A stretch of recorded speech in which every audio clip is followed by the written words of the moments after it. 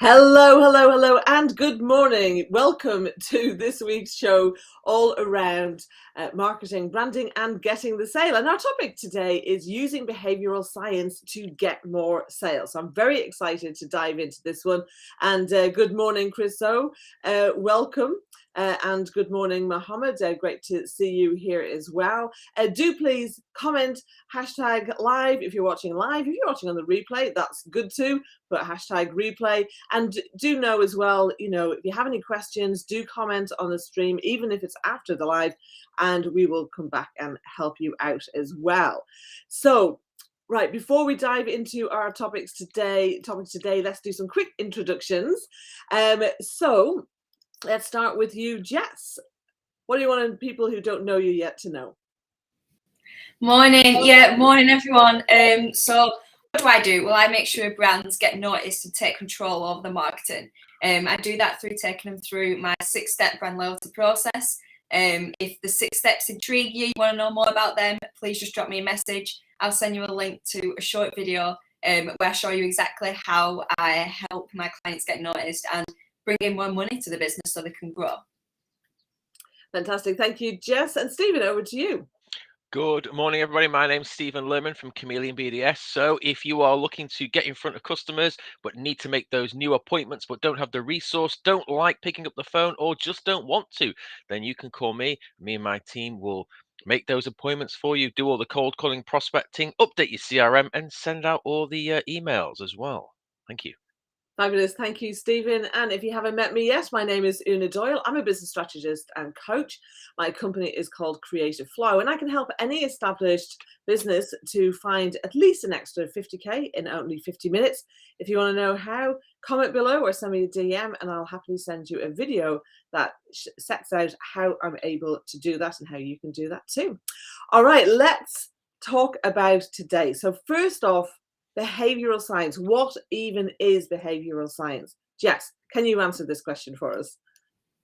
Yeah, I can answer this question, and I've got plenty to talk about as well, so you might have to buzz me out or shut me up when we get to the end of it. But yeah, behavioural science. So behavioural science is all about understanding the behaviour of people, I suppose. What triggers our behaviour, what triggers our actions. And behavioural science then helps us influence that behaviour. For this scenario, through your marketing and things like that, to help your products or your service stand out. Now, before we do carry on, I do want to say, when we say influence your consumers, we're not forcing anyone to do anything they don't want to do. And the word influence, as we're speaking about today, does not mean that. We're talking about standing out, being seen so you can be chosen. We're all in business for a reason, is to give value and serve. So whether we have a product or a service, we know it can change the lives of our audience and our consumers. But we have to challenge to jump ahead and stand out from the crowd, because there's so much going on. So when we're talking about it today, we're going to talk about how you can do that, how you can use behavioural science to get noticed, so then you can tell the world about your products or service and show them the value that they're going to get from it. So yeah, that's what we're going to be focusing on. Fantastic. Yeah. And we want to know your questions, so pop them in the chat so we can answer them while we are live as well. It's interesting what you were saying about influence. I think sometimes people, particularly nice people, they're worried about how they're perceived. And, there definitely are people out there who use kind of very icky tactics, in terms of their marketing. So how do you make that distinction between using behavioral science and kind of being one of those icky marketers? I think the key thing is really understanding your audience, isn't it? And really knowing exactly what they want and what they need to get what they want. Because when we're doing that, when we know kind of what they want, what they need, and we're doing it all for the right reasons, then we're not doing it in a way where we're coming across in a bad light. So it's really all about understanding your consumers, understanding your audience, understanding their behaviors, what influences that to them, the surroundings, the people they surround themselves with, the habits and things. Just really understanding them, not guessing, not presuming, not, just assuming that they want something and throwing it at them, showing the benefits from that as well. I think the other thing I would throw in there is intention. If you have got good intentions, then if you're worried about that, the chances are you're not an icky marketer. You're not going to be trying to twist people's arms into doing something that they actually don't really want to do, because really what it's about is tapping into who people are, their needs and their wants, as you said, and it's about serving them, and it's about helping to serve them better. And really, the best marketing, the best businesses, that is what they are looking to do. But we can do it better, because how many people are out there that could really benefit from your product or service, but they don't know about you, or they don't know why they ought to buy from you or work with you, because you're not using these strategies. Even going off that, if you're hearing like, oh, I wish I knew about what you did before, or wish I saw your product like years ago, or I wish I'd spoken to you before I did X, Y, and Z. They're the clear signs that using behavioural science can help you get noticed. Or the worst one, I wish I'd known about you before I bought from your competitor and got a bad result. That's really frustrating. Yeah, because then you're going through a whole different hurdle, aren't you, of like building that trust again, and kind of, Absolutely. building their confidence as well in the service and things like that. Yeah, absolutely. So what so how can we use behavioral science then to get more sales? What would be your first tip, Jess? So what I want to do is I want to introduce a behaviour time, and then introduce a way that you can influence that behaviour and use that behaviour as an advantage. So I have 6 to hand, so I'll try and get through them all, but we'll do one by one and just see where we get. So the first one that I want to talk about is a behaviour that we all do. We all like to do. We all like to compare. So we all like to compare things, whether it's something that we're buying, seeing, looking at. It's in our nature to do that. So when there's nothing really obvious to compare from, that's when we resort to comparing on price. So we've spoken about this in other lives as well. So if this is something you want to hear more about, just wave in the comments or something, and we'll send you a link to the previous one. But yes, we like to compare. So when we don't give our consumers a reason or something obvious to compare, our consumers will automatically compare on price, and that doesn't do us any good. So in our marketing, in our message, we need to show a comparison through the benefits that they're getting and the impact that they're getting from going, having your product or service. So showing a scenario of life before and after, storytelling that. Duracell is a good example of a product, a product company doing this, of showing, life with an ordinary battery to life with a Duracell battery. It lasts longer, and the impact that gives them. So think of a before and after your product or service, and use the impact that happens within that as a comparison. So then when people see your product or service, they'll see that and think, oh, well, I don't get that elsewhere. They might do, but your competition might not be saying it. So you're using that as a comparison. So that's number 1. Does that make sense? Yeah? Absolutely. Yeah. Good. Okay, number 2. If it's too complicated, we switch off. Common behaviour that we all do. If something is too hard to work out, we'll move on to the next thing. Okay? So what we need to do to prevent that from happening with people is making our next step, making the call to action simple, concise, easy to do. So maybe it's breaking it down. What level of trust have you got at this stage? Will people want to instantly buy, or do you need to build that relationship a little bit further? So don't make your message or your call to action too complicated. A couple of examples. Well, an example is how I market my service. I have a 6-step loyalty process. So I've made that simple. I've made it concise for people to see.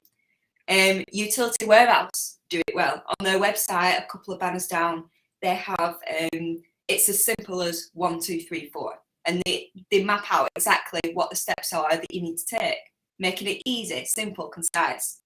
DFS have done it in the past. Companies like that, where you've got a 3-step process. You choose your fabric, your style, your size. and then you've got, you know, a model that you can buy. So make it simple, make it easy. Don't make it too complicated. So that's number two. It's really interesting. I love that DFS example because, you know, some people might go, well, isn't that obvious? But it won't be obvious to everybody. And if people feel overwhelmed, it just stops them doing anything, doesn't it? Yes, 100%. Okay, so behavior number 3. Whether we like it or not, whether we, you know, I kind of see myself as wanting to step away from the norm and kind of, you know, be the one that stands out almost, you know, wearing my colours and things like that. I don't like to be kind of, I don't like to blend in, if you will. But even exactly. But even you know, if we like it or not, we follow. So even I would then follow, you know, be inspired by other people or other things and follow kind of trends and things like that. So behavior number 3 is that we like to follow. So how can you use that within your marketing? Pretty simple. We can show what other people have achieved and done through your service or having your product. So use testimonials, reviews. This is why a lot of companies might have 5 stars underneath the logo. You know, when they're doing an advert, they might not say that we have a 5-star rating, but they'll still have it there anyway. And it's to show that thousands of people before you have already gone through this process and already achieved something from it. So behavior number 3 is we like to follow, and we can do that with our marketing through showing social proof and reviews. So again, these are all little simple things that we can be doing as we're already doing the things that we're doing now. You know, none of these things are let's scrap everything that we've been working on and start all over again. They're all little changes that we can make. Absolutely. Stephen, what's your views on these 3 tips, first 3 tips that Jess shared? Any questions, any added insights? No, I believe in the step number 2, making it preventing complication. It's so important when people have so many choices. They're going to take the easiest option, aren't they? The one that, wait, it's simple. It's just a concise process to get from A to B, and the more complicated it is, the more they're going to lose interest. So people you just want to make it simple. So I you know, step number 2 for me is great. You know, make it as easy as possible. You know, there's too many other complicated things in life. Yeah. So we just need to. We have decision fatigue, don't we? Beg your pardon. Go on. Yeah, and also it's true with regards to comparing. If you've only got one option, then people are going to compare on price. But if you've got more than one option and you're looking at the features and benefits of something, a product or a service, they're more likely going to stay with you rather than if you only show them one option, they're going to go somewhere else because they've got nothing else to compare it to. So if you give them reasons to stay with you because you've got more than one product or more than one service, and you know you can sway people's minds by giving them much more information on one particular product or one particular service, because you know you want them to choose that one anyway, rather than just only having one option, and then they're going to go, I've got nothing else to compare it to, so it's just price, so I'm going to go somewhere else anyway. I think there's definitely some people that just want, here's our recommended solution. Other people like to have a choice, and maybe that's a different kind of behavior. But that thing about comparison is so much around their market. You know, do they have a market dominating position? You know, it's having those other things other than price, you know, for people to compare against. And that's really about understanding your customers. That's kind of relating actually to Chris O's comment here. You know, you got to assess whether clients needs what they think they want. You know, we need to educate them around that. They might want something, but then you think, well, actually, is that right? They need more, might be a different service or offer, you know, and this is how, you know, through our marketing, we can actually influence and help people understand what is it that they actually need. You know, sometimes we need to attract people in on what they want, but then educate them on, right, we might, you know, might want this, but this is actually what you need. Did you know this? Did you know that? And we can help them out. But it's not just about the marketing, it is also about how we structure our offers and our businesses as well. But we're probably getting too much into things, as Phil is saying here. Let's keep it simple, simple, sweet, right? So, and morning, Barry, welcome to the show as well. Great. Well, we've got the first 3 of 6 done. Jess, over to you. What's number 4, please? So yeah, just following on a couple of points we've just said as well. Chris, completely right as well. You know, what people need isn't necessarily what people want, isn't necessarily what they need, but we can hook them in with what they want, and then, like you say, do some more work along that. Also, Steve, what you were saying about that comparison, I want to add on to that. You know, once people become a customer, once people become a client, don't stop there. People are always going to be comparing, even if they've been a customer or client for a few months, a few years, they're always going to be comparing with other things. So keep reminding your customers and clients why they're with you and why they're what benefits they're getting from it. So keep that up. Don't just stop as soon as they become a customer. So yeah, behavior 4. Let's move on.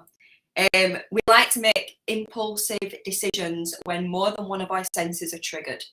Okay, so if we can see, hear, and smell at the same time, we're more likely to be, have that impulsive reaction. So how can we do that within our marketing? Okay, so maybe you're like, how do I influence that if I'm not face to face, or how do I do that if I am face to face? So a few examples. Some face to face examples you've got when people are selling houses. Have you seen that some people will have freshly baked cookies on the window, or freshly baked pie or something on the window, and attracting people in, and as they're walking around, they're smelling all this like home cooked goodies. Again, just making you stand out and making people think of things a little bit differently. Another one is supermarkets. So even when you have your taster stands, or they've actually been known in the past to put out a smell of like freshly baked bread.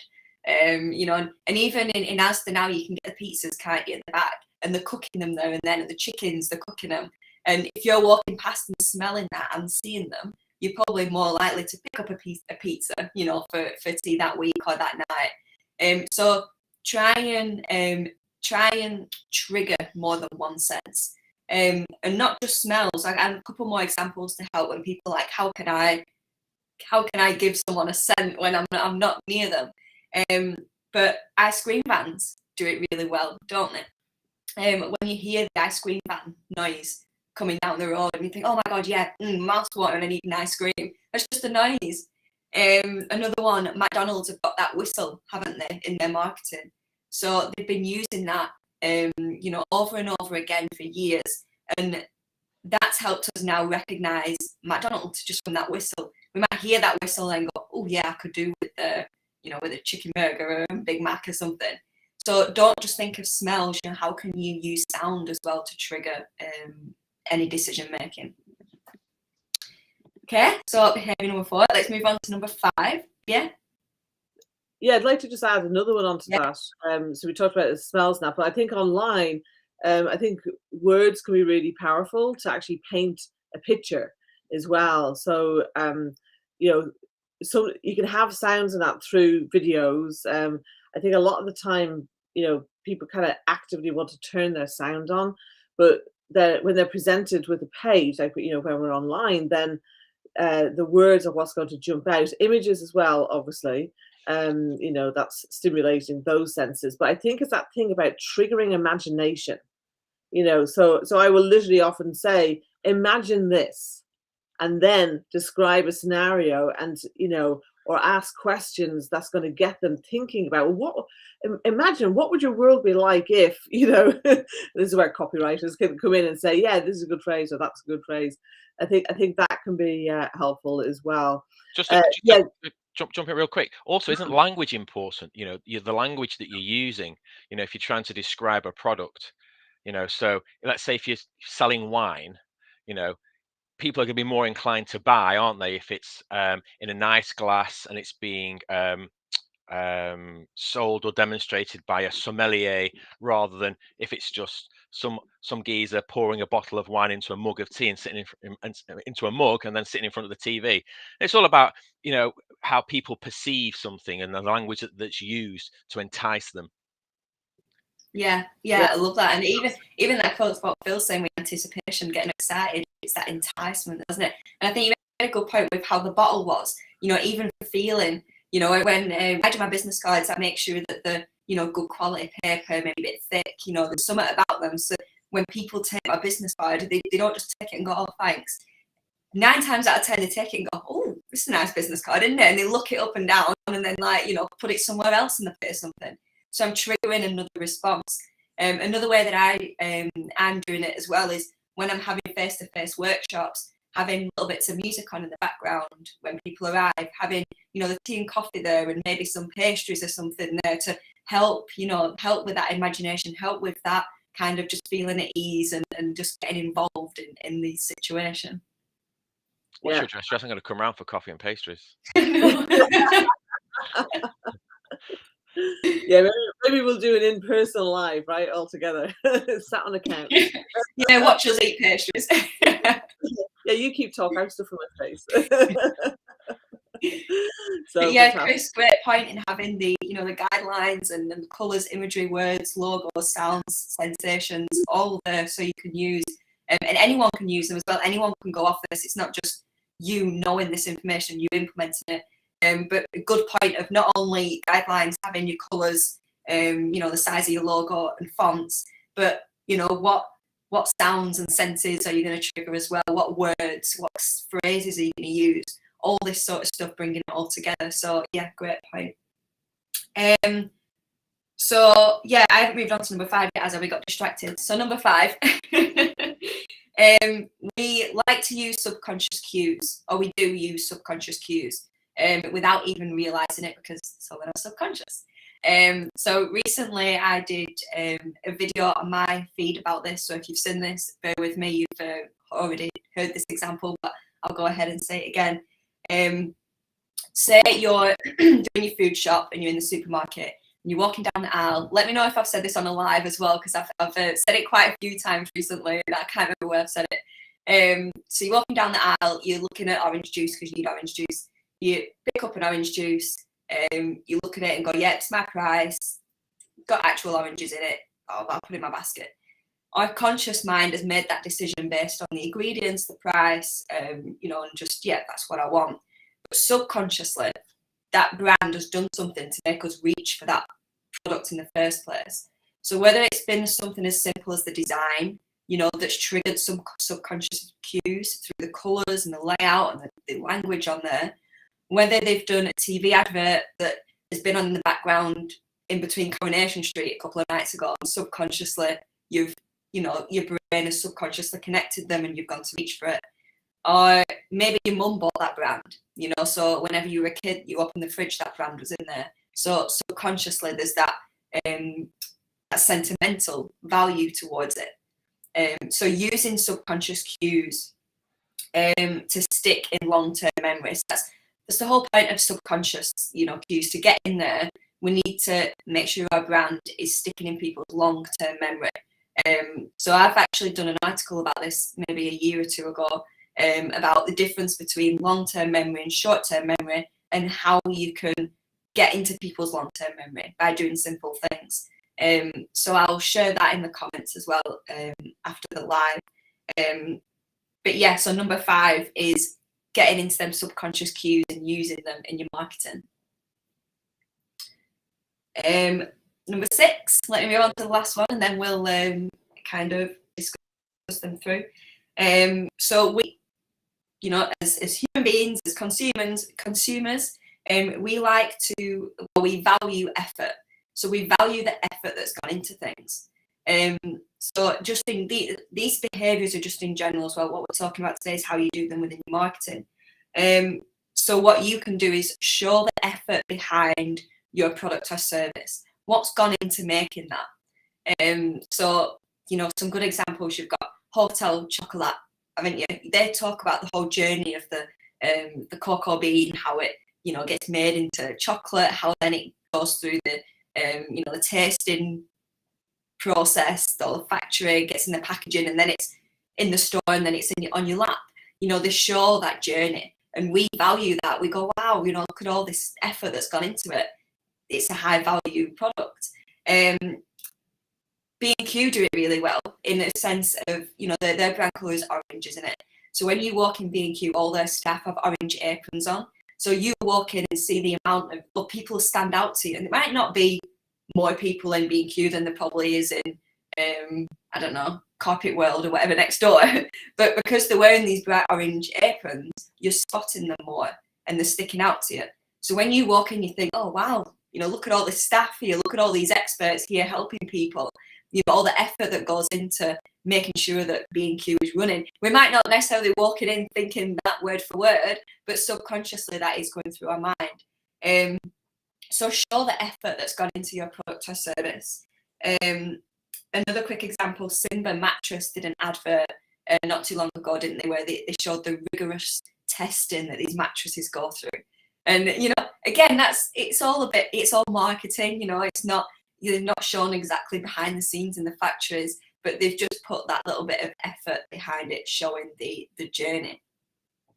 It's the same for that. Sorry, talk about examples where, you know, the effort that's gone in. Remember the one was it for Loctite, the glue, where the guy's on a board in a boiler suit and he flip upside down. There's a shark underneath.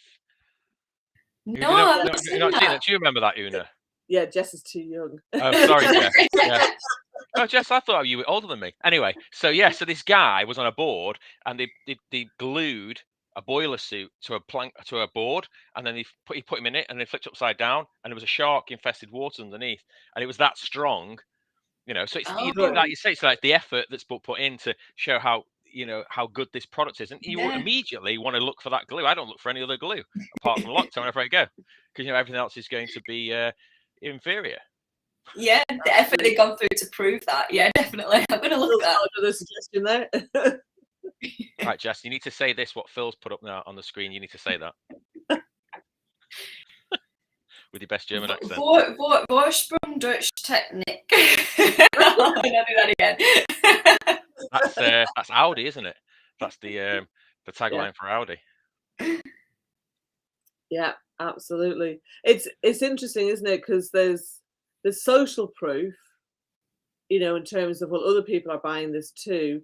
There's the proof of something working, and then there's the effort that goes into that something working. And it's interesting, actually, I get, you know, talking about, you know, like in the coaching market, you'll quite often see people saying, I spent X years and X amount of pounds to get to this solution, and now, you know, and the same with me.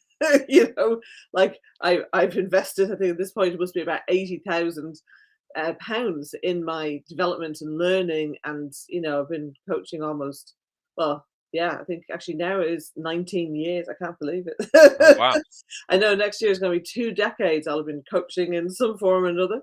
So you know, so I think that I think when that's positioned as effort, you know, to help the person, I think rather than we were established in 1983, it's like kind of okay, so why, you know, you know, like now there's I think there's odd occasions where that might be very persuasive. Like if you're in a market where people are known to be fly by night, like say, I don't know, Windows or something, then actually if you've been around longer than your guarantees, that's a good sign. Yeah, but most of the time people don't care, do they? So we have to be focused on, well, what is it that people care about? What is it that's actually going to move things for them? Jess, I've got. I think as well, always being I think as well, always being conscious of the journey that your consumers are going in, and that buying process, because, you know, throwing at them that, you know, that maybe, I don't know, throwing at how long you've been in business or anything like right at the beginning of the process probably isn't emotional enough or unique enough to stand out. But it's probably something that 2, 3, 4 touch points later can, you know, even if they're still in your marketing, you know, kind of world, they've not actually moved into a sale yet. But just being conscious of them touch points and that journey, and you know, and what to tell people at what stage, because that's something else. If we know that journey that our consumers are taking on, we can influence different mindsets at different times. Because something that I do as well with my clients is we look at possible rejections throughout the journey. So not only just looking at ideally what we want people to think and do at each stage, but what might stop them from going on to the next stage. And then again, we can use this sort of techniques that we're talking about to tell people it's okay, reassure them that actually, did you know there is a guarantee, or did you know that we have been going for 20 years? Did you know this effort has gone into it? You know, to help people move on to that process. So understanding the rejections can help you know when to use these, these tips that we're sharing today. Fabulous. Stephen, you were going to say something? I was going to ask a question to Jess. So talking about behavioral science, what are your thoughts on labeling something as free? Where do you stand on that? You know, when people give out freebies or free offers or introductory offers, where do you stand on that? What's your thoughts on that? There's nothing wrong with it. I think we have to use the right language to start off. We've been talking about using the right language, haven't we? We've talked about getting the value across and things like that, setting expectations as well. There's benefits at using free things, and again, when you use them, so right at the beginning of the journey, giving some value through something free, giving some value that way. Yeah, it's a great way to do it if we've marketed it the right way. But somewhere along the line throughout the journey, it might not be as relevant. So yeah, what about you, Una? I'm sure you. I think it depends on the stage of the process. I think it depends on the value of what's been given for free. I think, unfortunately, like I've come across a lot of service providers who they give too much for free, and they suffer as a consequence.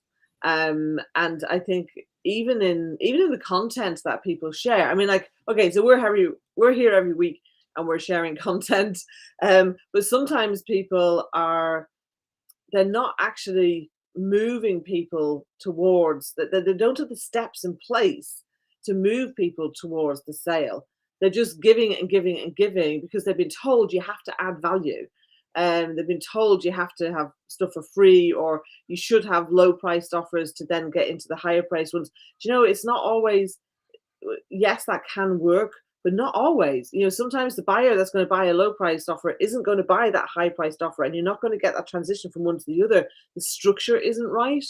So I think there really needs to be kind of a business strategy first, and then look at the marketing strategy of, okay, so how do we get our offers out there? How do we attract those prospects and convert them into paying clients? So I think there's a lot of thought that needs to go into that, and that often people have an idea and they jump into it, and then they kind of wonder, and then I sit down with them and it's like, well, they have some great stuff, but it's just totally disjointed. And it's like, sometimes you can just rearrange things a bit, and it's like, oh wow, okay, yeah, that's brilliant. Other times it's like, well, actually there's a big gap here, or this bit here is actually detracting from what you're doing, so ditch that, but you're missing X. So it's, I think free can be very appealing to people, but you want to structure it in such a way that it's not devaluing what you yourself do. I think that's probably one of the key things. Thanks. You're welcome. So we've got a couple of other kind of questions and points here as well. So Chris was saying, I think this is in relation to the wine in a mug, Stephen. He actually likes that idea. Yeah, differentiation is also really important. And so I don't know, is there a kind of pocket of people who are wine drinkers that don't care, what container it comes in, and actually would love to be doing it, love to be drinking their wine out of a mug, So who knows? Who's got some wine clients? You can find out. So that's that. And I do like a mug as well. I don't drink tea or coffee, but I have a huge mug collection, and I'll just drink my juice out of a mug, and so I'm all for the mugs as well. Well, there we go. So, and then we've got so Phil is saying both Poundland and Waitrose have a business model, but you have to decide who your niche is. Absolutely. And I think a lot of the time, not only do you need to decide who your niche is, you need to decide, have you structured your business for that niche to be profitable for you? So like I often come across people who say, oh, I want to help startups, but they haven't structured their business in such a way they can actually be profitable doing that. And that's why they haven't got as far as they want, or they're wanting to appeal to bigger buyers, but they're not charging enough, or they haven't structured their offers in a way that it's actually going to help them to stand out from the crowd in a way that the customers care about. So absolutely, Phil, these things are really important as well. So Stephen, you look like you're about to say something there. No. Oh, you're just moving. Okay. So fantastic.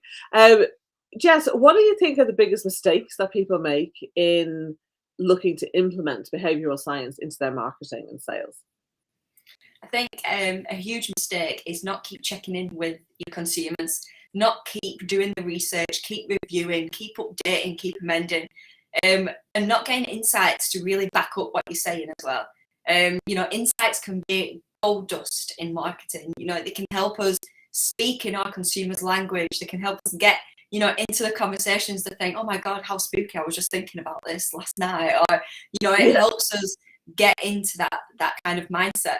So a lot of businesses that I see don't keep reviewing about the customers, even the brand in general, auditing it and reviewing where they're at, where maybe there's some gaps and filling in. You maybe do that at a certain stage and then get into a habit of just assuming and guessing. And then that's where these sort of tips, won't work. So we do have to keep checking back in with people. So it's really interesting, actually, because I've literally just been working on a survey this morning that I'm going to be putting out there. And it's true, I think we need to understand that, the world is not a static place. The landscape is constantly changing. Our competitors are changing. Our audience is changing and developing. So, one of the things I think people don't often think about, and this is really important from a behavioral science point of view, is, how sophisticated is your audience? And like, if you've been kind of, maybe a few years ago, they weren't that sophisticated when it came to marketing, but now you've had competitors, who are firing all sorts of different marketing and things at them. And now they're a lot more educated. They're a lot more sophisticated about the market and about, what is going on. And so you can't market to them in the same way. You have to change that. So I think really kind of getting to understand that, I think is critical.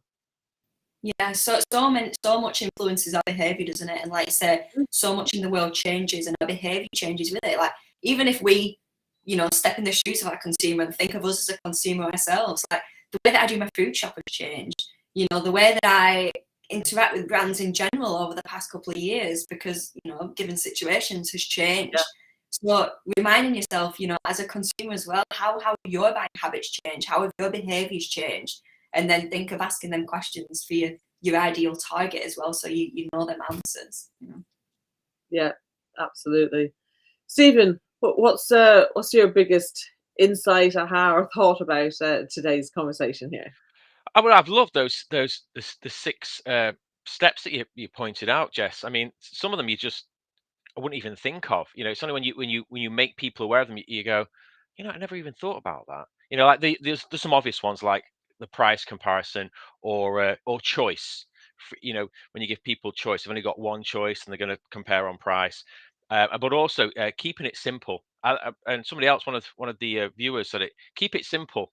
I remember I used to work for Unipart, and they had a software program. It's called KISS. Keep it simple, stupid. But it's true. The easier it is, the more simple it is, the easier it is for people to choose. And at the end of the day, we want to give people the right to choose, but we want to try and influence them in a certain way. But keeping it simple, absolutely. So these 6 points for me were fantastic. I'm going to make some notes. Thanks. Well, we have them all in the comments as well, so everybody can get to see them there. I think for me, it's just a reminder of the senses, and kind of really bringing that into play. I think it's easily forgotten because we know our product or service, and it's easy for us to kind of fall in love with it and think that everyone else is in love with it in just the same way. So we need to find those ways to stimulate the senses and get other people as excited about, you know, what we have to offer, you know, where it's the right fit as well. And I think that's the other thing, actually, just, you know, being aware that, you know, not every person is a great fit. So just making sure that we're implementing these strategies in such a way that it actually, you know, repels the people who aren't a good fit, and, you know, really compels the people who are. And when you do that, you know, then you're probably standing out in the market enough, you know, to your right fit people to make a difference and to really increase your sales in that way. So Jess, I mean, you've shared the 6 tips, but, you know, what do you think is the most significant about our discussion here today? I think, like you said, just keep checking in with it. You know, even if we write these tips down somewhere and, you know, every couple of months or whatever, we look back at them and kind of review them, just keep checking in with things that we've learned, things that we've seen, you know, and fall out of the trap of our own habits, you know, our own behaviours and our own habits, you know, preventing us from getting in front of the consumers. And I think you mentioned it in the session as well, you know, where there's no point us, you know, as business owners doing all this work, showing people the value that they can get, and then, you know, we've either made our offer too complicated, or we've, I don't know, looking down now, we've not shown that other people have done it as well. We've not shown that social proof. We've not done X, Y, and Z. And you've made people ready to buy, but then just handed them over to your competition, haven't you? So yeah, keeping up with that at each stage of the journey. But no, I've loved it. I love talking about anything like this as well. I think if anyone has any questions, yeah, I'd like to thank everyone for interacting as well. It really makes it more interesting when we have this. Chris got another comment here. Being able to find information easily with little time and effort helps too. Once trust is built, I mean, and trust is everything, right? People will recommend to people who trust them. If you actually give useful advice, people will ask for your help. Very, very true. So Phil is saying, loves the idea of putting 5 stars next to your brand as a subtle suggestion that you are excellent. Yeah, I mean, hopefully you are excellent. Not you, Phil. The people who are looking, who are doing this. I mean, and it's interesting, isn't it? Because there are now these shortcuts, and so understanding those shortcuts and how you can apply them is pretty key as well. So great, everyone's had some good ideas and value from what we've talked about here today. We're back next week, and we're going to be talking about how to create a high converting sales script. So Stephen's going to be in the spotlight next week talking about this. So do let us know at some point later today. We'll have this being posted. So put it in your calendars, same time as this week, and do pop your questions and comments onto that as well, because we can address those. You know, even if you can't make it live as well, you know, we always want to hear from you. So thank you, Stephen and Jess. Great to have you here as always. Oh, we got. I think that topic is going down well. Chris is going, ooh. You only get an ooh with Thai food. There we go. Subconscious triggers, right? There you go. Absolutely. In practice, we can see that. Do you want a cup of tea now, Stephen? I do. Got to go make one. Absolutely. Let's all go and get ourselves a cup of tea. Jess, thank you for your input. Those have been great tips. Make sure that you put these into play in your own businesses, in your own marketing. And if you have a topic that you would like us to cover, then do please let us know. Either put it in the comments or DM me or Stephen or Jess, whoever you happen to know. And we would love to hear from you. We're always happy for suggestions. We have got plans for, I think, the next few months, but you know, maybe we can make something a little bit more specific, or you know, stick another little topic in there as well. That would be great. So Chris is saying tea time in my wine mug. I've started something now, you see. Absolutely. Who knows? There could be a whole new business started just from a jokey comment. That's how it happens sometimes, isn't it? Absolutely. Brilliant. All right. Well, let's crack on. Have a fantastic day and week, everyone. We'll be back here at the same time next week. Bye for now. Take care. Bye-bye.